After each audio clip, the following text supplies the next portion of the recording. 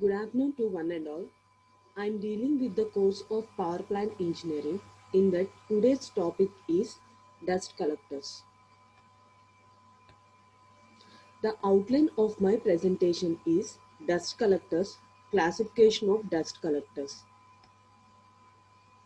Before going to the dust collectors, the we have to discuss about the ash handling.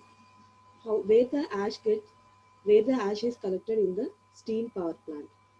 So, a large quantity of ash produced in the steam power plant using the combustion of the coal. So, ash produced is of about 10 to 20% of the total coal burned in the furnace.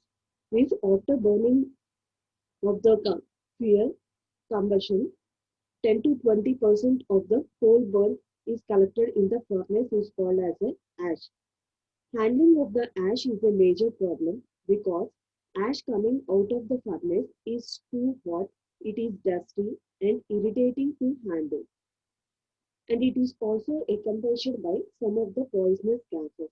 Means the furnace which is the ash which is coming out of the furnace is very difficult to handle because it is the temperature of the ash is very high and it is very irritating to handle, and it also contains some of the poisonous gases. So it is desirable, so the ash needs to be quenched before the handling for the following reasons. So quenching process is very important for the ash. So why the ash handling is needed? Quenching reduces the corrosive action of the ash. Means in the ash some of the corrosive elements are there. After quenching, the corrosive elements will reduce. It reduces the dust accompanying the ash. So the ash reduces some of the dust particles which accompany which is there in the ash. It reduces the temperature of the ash. Ash forms clinkers, and by quenching clinkers will disintegrate. Means the ash particles will also combine with some of the dust particles. If it does not dispose of these ash particles can be combined into a one solid particle. Some of the solid particles, these solid particles are called as the clinkers. So after quenching process, these solid particles will disintegrate, means will split up into the small particles. So handling with the ash is very simple when compared to the clinkers.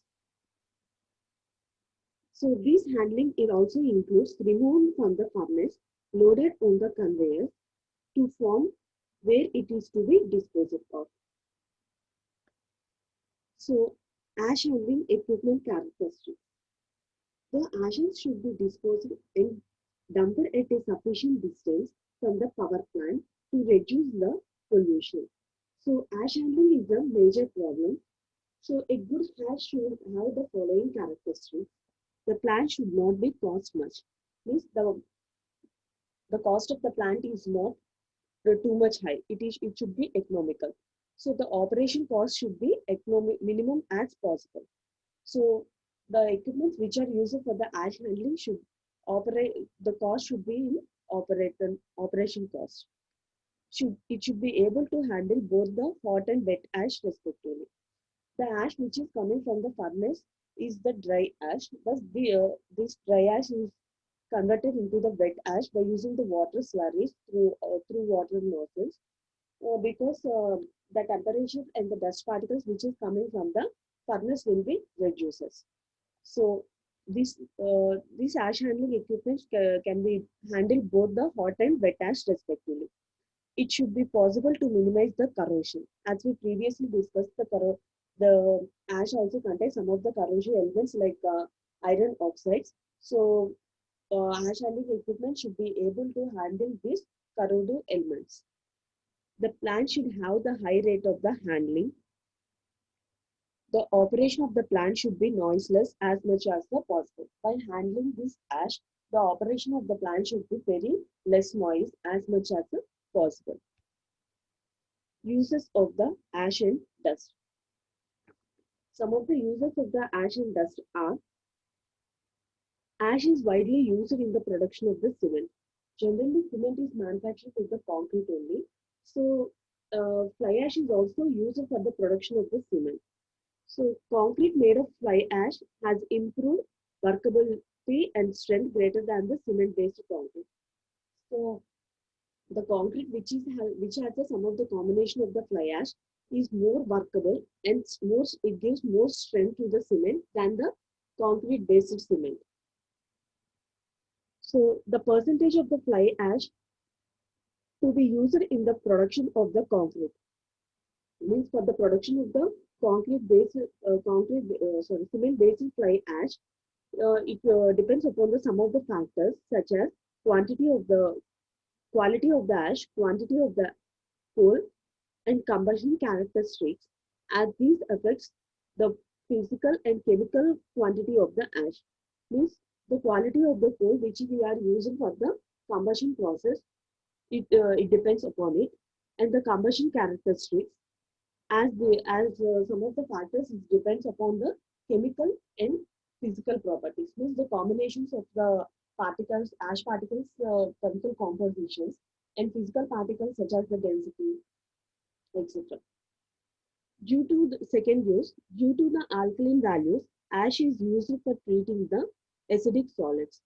So, as we previously discussed, ash also contains some of the alkaline values. So, these alkaline values is used for treating the acidic soils.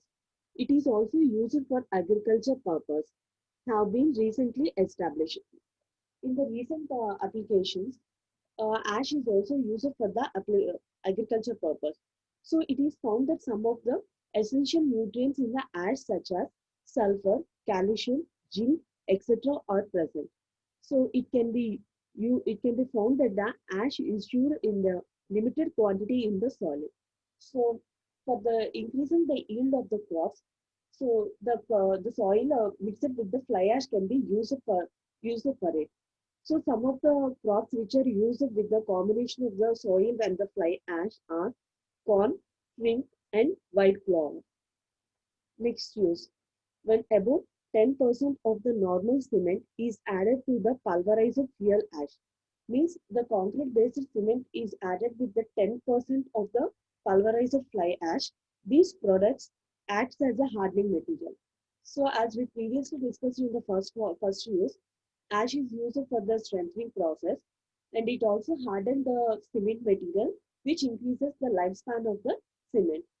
And this 10% added normal cement to the pulverized ash can be used for factory floors, side roads, footpaths, roadways, and various other construction activities. So for the factory floors, there are the large and heavy machines which can be used. So as we previously discussed, it has a high bearing capacity. So it can be used for the cement and sideways footpaths, etc. Pulverized fuel can be used as a load-bearing filling material. It can be also used for building the blocks or bricks which can be obtained by adding it to clay. So along with the cement and the fly ash, some of the clay also inserted for the cement, concentrate with the cement, and these cements are used for the building blocks or the bricks, which can be resist with the high temperature. These bricks are also used for this interior designing purpose also. It is used for filling up the disused quarries or abandoned mines. So the ash which is used for the ash which is with the combination of the cement can be used for the quarries which are not in use or the abundance mines. So these are the various uses of the ash particles and the dust particles. Dust disposal, dust collection and the disposal. So in coal-fired furnace, the products of the combustion certain particles of solid matter floating in the suspension. This may be smoke or the dust. So first we are going to discuss where the smoke or the dust particles are formed. So in the coal-fired furnaces, after the combustion process, the products which are formed are the amount of the heat energy liberated. Along with that, some of the solid particles can be float on the top. So these solid particles may be of the combination of the smoke or the dust particles. The production of the smoke indicates the combustion conditions, and faulty the and the amount of the smoke produced can be reduced by improving the furnace design. So the production of the smoke is, means the production of the smoke in the furnace after the combustion increases, the amount of the smoke produced can be reduced. Means this amount of the smoke which is coming from the furnace can be reduced by improving the furnace design. Smoke is produced due to the incomplete combustion of the fuel. Means these particles can be produced by the combustion of the fuel is not complete. That is the incomplete combustion. Smoke is formed. So smoke particles are less than 10 microns in size. So 1 micron is equal to 0.001 mm. So these smoke particles size are less than 10 microns in size. So the disposal of the smoke into the atmosphere is also very risky matter. So the disposal of smoke into the atmosphere is not of desirable characteristic. It is also a very difficult process. So why we have to dispose the smoke into the atmosphere? A smoke atmosphere is less healthful than the smoke-free atmosphere. So in the atmosphere, if smoke is not there, then it is very helpful. If smoke is there, means along with the smoke, some of the dust particles are also there, which is very harmful to the atmosphere.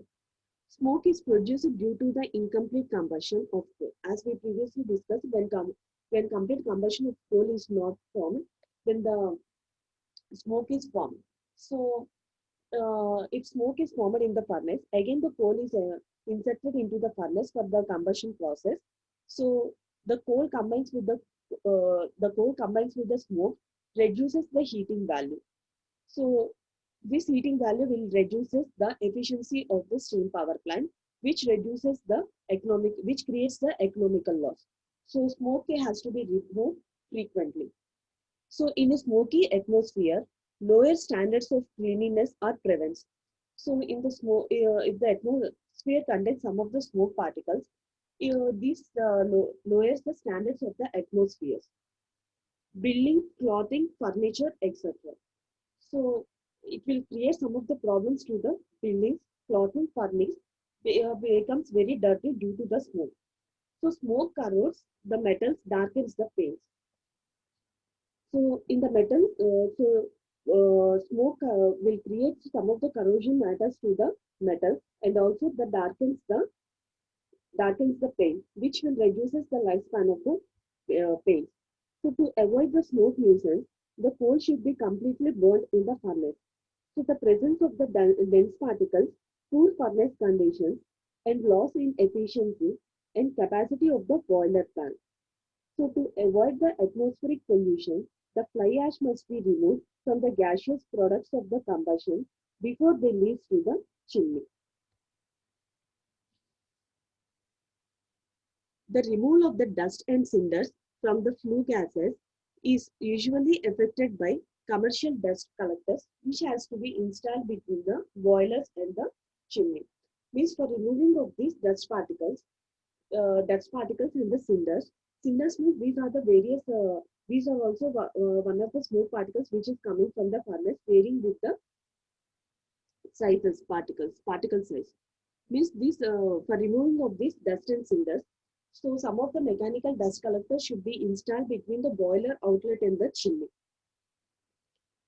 So the efficiency of the operation of cleaning devices depends upon the various physical and chemical properties of the collected ash which is entering into the waste ash. So some of the following characteristics of the fly ash are: it depends upon the density of the particles, dispersity means particle size, as we previously discussed. Based on the particle size, smoke, dust, soot, cinders are formed, and electrical resistivity, resistance for the electrostatic precipitators, and coalescence of the ash particles. So due to increasing the boiler size and low sulfur ash and the ash content, the coal is a major problem for the collecting of the fly ash. Becomes very complex matter. So for the selection of these dust collection equipments, it mainly depends upon the contaminated characteristics. So contaminated characteristics means the fly ash can be ranges from very fine particles to the very coarse particles, means very large particles, depending upon the source. So particle color varies from light tan to gray color to, and the gray color can be converted into the black color. So if the dust particles contains the tan, indicates the presence of the iron oxide, which while the dark color represents the presence of the unburnt carbon. Means the tan color is formed. The presence of the iron oxide is there, which will have the large amount of the corrosion actions. And the dark color like gray color and the black represents the presence of the unburnt coal in the furnace. Next one, efficiency required. So if the efficiency of the plant increases, the percentage of removal of the dust in the from the dust collection equipment should be very maximum. Maximum amount should be removed. And gas stream characteristics, along with the fly ash, some of the gas particles are also formed, such as sulfur dioxide, nitrogen oxide can also be removed, which is very dangerous to the atmosphere. Next, energy considerations and dust disposal. So after the removing of the dust from dust from the gases which is coming from the furnace in the dust collecting equipments, so the dust should be disposed of frequently or can be recycled by using, or by it can be used for the construction purposes, quarries, disused quarries, mines, etc. So dust collectors. So classifications of the dust collectors. Dust collectors are again broadly classified into two types, such as mechanical dust collectors and electrical dust collectors. So mechanical dust collectors are again broadly classified into two types, wet type dust collectors and dry type dust collectors. So dry type dust collectors are again broadly classified into two types, gravitational separators and cyclone separators. And next one is the electrical dust collectors. Based on the electrodes used in the dust collectors, it is again broadly classified into two types, rod type and plate type. So another dust collector difference is there based on the firing system. First one is coal and oil firing. So no dust collector is necessary for coal and oil firing.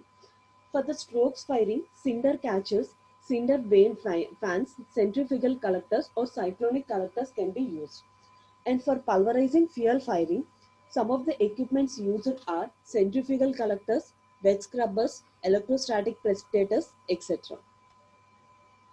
In that, first one is the mechanical dust collectors. So mechanical dust collectors are again broadly classified into two types, dry type and wet type. Wet type dust collectors are also known as scrubbers, water sprayers, are used to dust wash from the flue gases. So in that, first one is wet type dust collectors. They operate on the basic principle with the water sprayers to wash out dust from the air. A large quantity of the wash water can are to be needed for the central station gas washing, and this system is randomly used. Means a large quantity of the wash water can be used for the removing of the dust particles in the ash. It also produces a wastewater that may require chemical neutralization before it to be discharged into the central bodies of the water. Means the when the dust particles is operated with the water ash, the water becomes very polluted water. So this polluted water needs some chemical neutralization. Means they need the chemical treatment for the removing of these dust particles, which can be disposed of before into the rivers or the canals, that is the central bodies of the waters. Next one is the dry type dust collectors. These are the commonly used dust collectors because the wet types has the disadvantage of using of chemical neutralization. So dry type dust collectors are used. Dry type dust collectors are again broadly classified into two types, gravitational separators and cyclone separators. In that, first one is the gravitational separators. So these collectors act as a slowing down gas flow so that the particles remain in the chamber long enough to settle in the bottom. So these collectors act as a slowing down by reducing the velocity. These chambers these chambers will collect the large particles in the gases which is coming from the furnace, which settle out at the bottom. So they are not required because of large chamber volume needed. Next, in that gravitational separators, so the basic principle of the mechanical dust collectors is by increasing the cross-sectional areas, means if the cross-sectional area of the mechanical dust collectors is increases, the area of the ducts which can be ladder cases are passing through it. So if the flue gas is entering here, if the area is enlarged here, the velocity of the gases is to be reduces, and this causes the heavier dust particles which is will fall down from the gases which is coming from the furnace. So the clean gases can be sent out here, and the dust particles which can be collected from the downwards, and it can be disposed of. And this is the second one. So in this, flue gases causes heavier particles to settle down. So some of the flue gases, along with the heavier particles, some of the flue gases can also be settled down due to the abrupt change of the flow of the direction. So in this flow of the direction changes, so due to the flow of directions, dust particles along with the large particles can also be collected. In this diagram, some of the baffles are used to separate the heavier particles. So this increases the efficiency of the gravitational separators. So these are the various types of the gravitational separators. In that, first one is the cinder catcher. Cinder catcher are used to remove the dust particles along with the cinders from the gases. And this cinders contains the dust ladder gases. It is made up of the, so this is the dust collector ladders, and it is made up of the some of the vertical baffles that changes the direction and reduces the velocity, as we previously discussed, which contains the baffles which reduces the velocity. So in this also we are using the baffles for reduction of the velocity. So the dust ladder gases enters into this dust collection pit in which contents of the vertical baffles. So this baffles changes the direction. The heavy particles in the dust ladders collected at the dust hoppers, and the clean gases can be sent through this direction. So from the dust hoppers, the dust is to be disposed of. And next example is cinder vane fans. So it is essential that the inducer fan, so this is the inducer fan with the arrangement of withdrawal part of the drilling gases from the casing through small tangential slotted openings. So the dust ladder gases from the stroker firing entering the scroll set to be settled down. So the flue gases which is coming from the furnace can be enters through these cinder veins. In this cinder veins, there are some there are some veins which flows the air in the tangential directions. So while the sharply the when the direction of the gases changes, the velocity gets reduces. So the dust particles and the cinder particles can be settled down, which is collected in the dust bunkers. From the dust bunkers, the dust to be disposed of, and the clean gases can be sent from the bottom.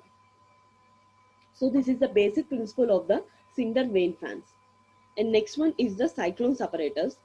So in this collector, a heavy velocity of the gas can be enters into the with the dust particles.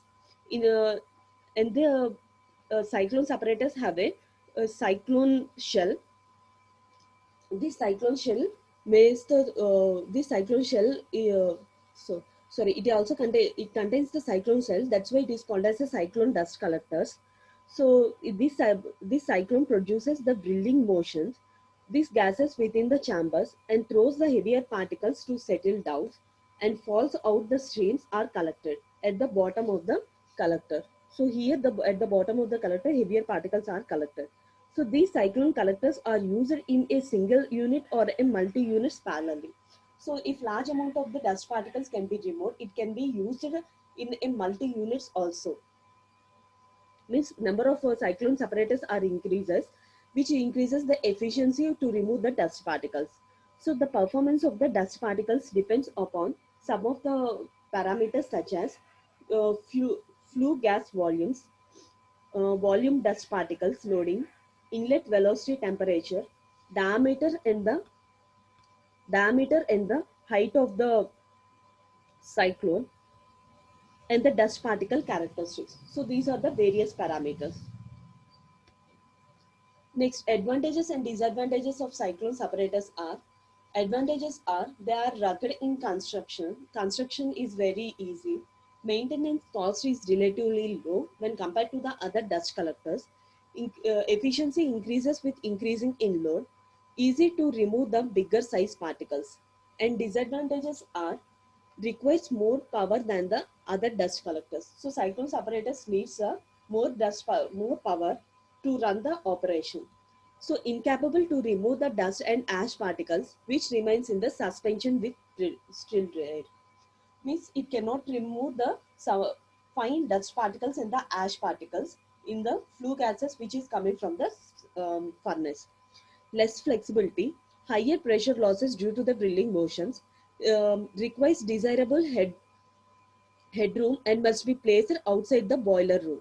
So these cyclones apparatus requires a headroom and must be placed outside of the boiler for the controlling. So these are the disadvantages and advantages of the cyclone apparatus. Next one is the bag house dust collectors. So generally, low ash content of less than 1% and temperature under 300 degrees centigrade favors the baghouse dust collectors. So while the high sulfur content and high temperature favors the electrostatic precipitators. A well-designed and maintenance of the house collectors collects 99% of dust and the efficiency is independent of amount of the dust in the flue gases. Means for the low sulfur content ash can be removed 99.9% of dust particles. Means it is a best mechanical dust collector for removing the dust particles, but the temperature should be under 300 degrees centigrade only, and it is independent of the amount of the dust in the flue gases. So the fabric filters are made of the porous materials which retains particulate matter while the carrying gases flows through the voids. This the fabric filters consist of the porous materials. Porous means it can be it can retain the some of the dust particles, particulate matter, which carries the means after removing the dust particles, the carrier gases means some of the flue dust free gases can be processed through these voids, these filter matters. So a fabric filter element is made up of some of the hollow long cylindrical tubes. So these fabric filters can shape of hollow cylinders, and the length of the hollow cylinder is very long. So these hollow cylinders provides a large surface area of gas volumetric flow rate. So these long cylindrical tubes contains a large surface area per unit of gas volumetric flow rate. The units are meter square per cubic gas flow. The reciprocal of this parameter is called as the 8 to cloth ratio. Means the ratio of cubic gas flow by meter square is called as a 8 to cloth ratio. A fabric filter system usually contains a large number of the fabric filter elements arranged in the parallel rows called as the baghouse. Means the fabric filters contains a large number of the fabrics which are arranged in the parallel rows.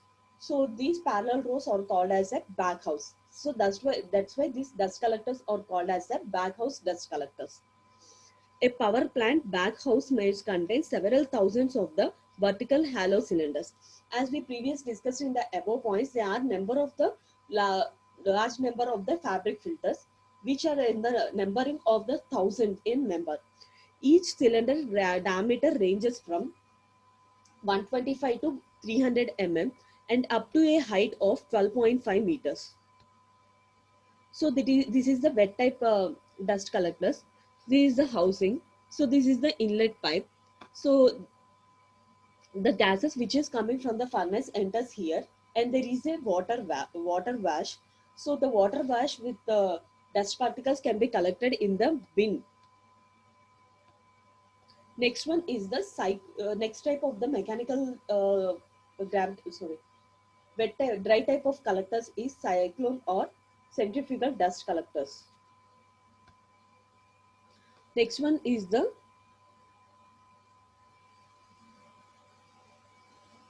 electrical dust collectors. Electrical dust collectors are also called as electrostatic dust collectors. It has two sets of the electrodes, means there are two sets of the electrodes, positive electrode and negative electrodes, that are maintained for the electric field between the high voltage. So these electrodes are maintained for the high voltage of electric field. So the flue gases the flue gases or the dirty gases passes through these two electrodes. Due to the electrical field, ionizes the dust particles to pass through these electrodes. The electric attracting the electrode of the positive charge, means if the negative charges attracts the positive particles which are in the dust flue gases, and the positive electrode attracts the negative dust particles in the flue gases. So these other electrodes are maintained at the negative potential of high voltage of 30,000 to 60,000 voltage. So these dust particles can be removed by collecting the electrode by wrapping the electrode periodically. So these electrostatic precipitators is collectively but has the low maintenance cost, and it is frequently employed with the pulverized coal fired stations only. A very fine dust particles with superior can be collected in this type of the dust electrode. Next, advantages of electrostatic precipitators are these can be effectively remove very fine particles such as smoke, mist, fly ash, etc. And the operation cost is very easily. Drought losses is quite less. Most efficient for high dust loaded gases. So maintenance charges are also very minimum. The dust collected in the dry form can be removed either by dust dry or wet. So the dust is in the form of the dry can be removed in the form of either wet or dry. And disadvantages are space requirement for the ESP is very high, means large amount of the space should be required, needed to protect the collector from sprankings. Running charges are also very high because the electrodes cost is very high. So we have to, so the cost of the running charges is very high. So the capital cost of the equipment is very high due to the cost of the electrodes, and high voltage maintenance is required. And gas conditioning. Gas conditioning is the injection of small quantities of sulfur trioxide into the flue gases. Means in the dust particles, some of the gases should be removed, such as sulfur dioxide, nitrogen oxides, which are dangerous to the pollutions. So by injecting the sulfur trioxide into the flue gases, reduces the electrical resistivity of the fly ash, and this makes the dust collected at the electrically precipitated. Means the sulfur dioxide and nitrogen oxide are reduces the electrical resistivity. This electrical resistivity helps the ESP for removing the dust particles. So thus increases the collection efficiency of the precipitator. Next, installation of the dust collectors. So the dust collectors are installed between the boiler outlet and the chimney, generally on the chimney side of the air heaters. So in this case, the air heaters are also uses. The heat utilizer for heating the air in the air heater is more, and there is no loss of heating in the collectors, as the heaters are prior to the dust collectors. So in this case, the air in the air preheaters, the separate heaters are also air heaters are required. So for heating these air heaters, the heat which is coming from the dust particles can be used for this dust collectors. So, but some of the prefer keeping the dust collectors before the air heaters because it maintains the air heaters more clean and reduces the cleaning charge. So these dust collectors should be placed before the air preheater. because the maintenance of the air preheater is more clean and reduces the cleaning charges. However, the general practice it is to be keep the dust particles after the air preheaters and use the soot blowers to clean the air preheater surface area. So in general particles, the dust particles after the air preheaters and also uses the soot blowers to clean the air in the air heaters. So these are the installations of the dust collectors, important points. Next, dust collection equipment cost. The following factors can be evaluated while estimating the equipment cost: price versus capacity, accessories of the dust collection, installation cost of the dust collecting equipment, and special construction is to be needed for the dust collection equipments.